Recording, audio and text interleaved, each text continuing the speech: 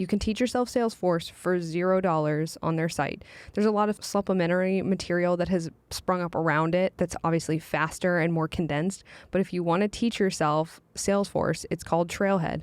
They've done a fantastic job laying out the different tracks, and they'll give you career strategies like start here and then get this one and then get this one, and they'll tell you how much you can make at each one. And it's hard to beat how transparent that is, and they've made it really accessible to everybody. Yeah. And I think one of the things that what I was going to touch on next, which was cost, just because that is obviously one of the most important things, is how much does any of this cost?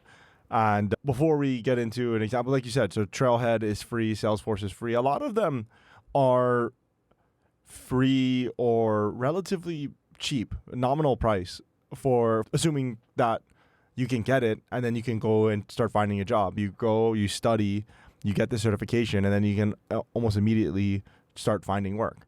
At the high end, I would say $1,000. At the high end. That's just a ballpark, right? Exactly. A lot of them are cheaper. My initial cost for Salesforce, I bought 2 courses. So you don't have to do that, but I bought 2 courses, and then you do have to pay to take the test because you're paying for a proctor to watch you take the test. So Salesforce charges you for that. My total cost was $362. Right. That is ridiculous. Yeah.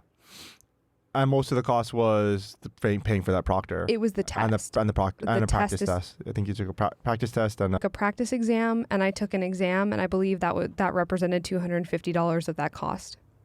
The rest of it was Quizlet questions, flashcards, and just self-study. It wasn't very difficult. You did it very accelerated. You studied very hard. Not taking that away from you.